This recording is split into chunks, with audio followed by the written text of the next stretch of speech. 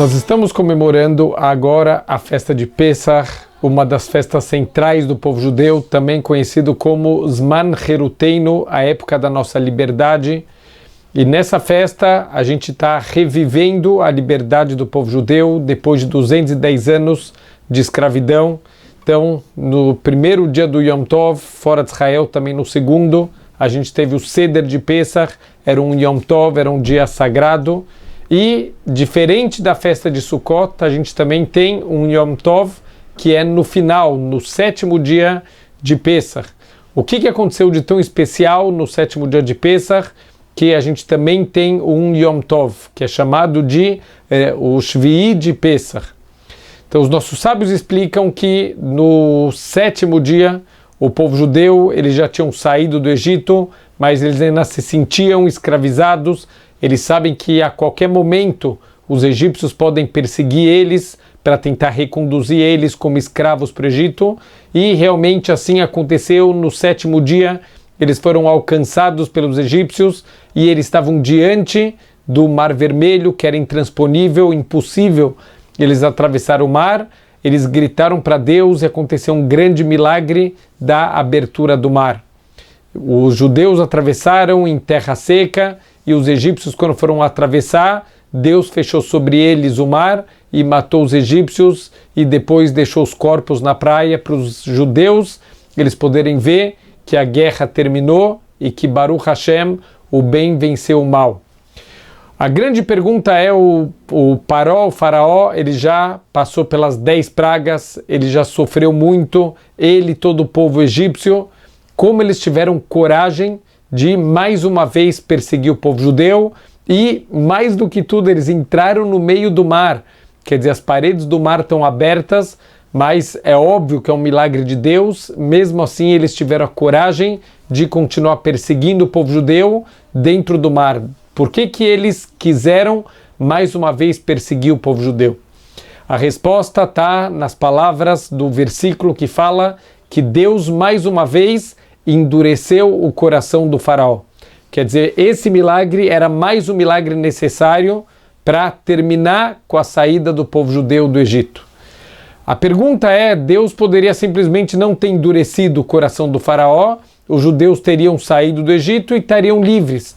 Por que foi necessário mais um milagre, fora as 10 pragas, tudo o que aconteceu, todos os milagres que viraram natureza do avesso? Por que foi necessário mais um milagre, que foi a abertura do mar?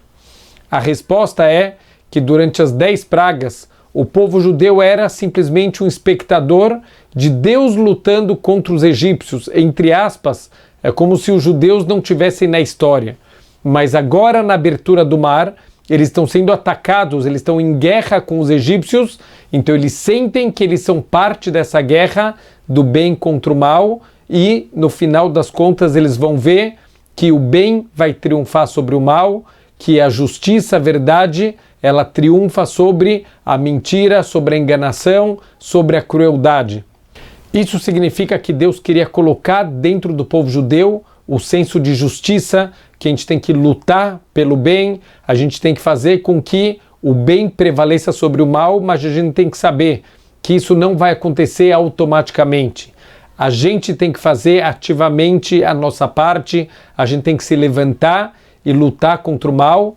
Como disse o Martin Luther King, que pior do que a maldade dos perversos é o silêncio dos justos, que ficam quietos assistindo como se a maldade fosse uma coisa natural. A gente tem que saber, a maldade não é natural, ela tem que ser arrancada do mundo e depende do nosso esforço. É óbvio que Deus poderia fazer tudo, Deus poderia fazer o que Ele quisesse, mas Ele criou o mundo de uma maneira que Ele deu na nossa mão as rédeas para a gente poder lutar contra o mal e fazer o bem prevalecer. Como a gente faz o bem prevalecer sobre o mal?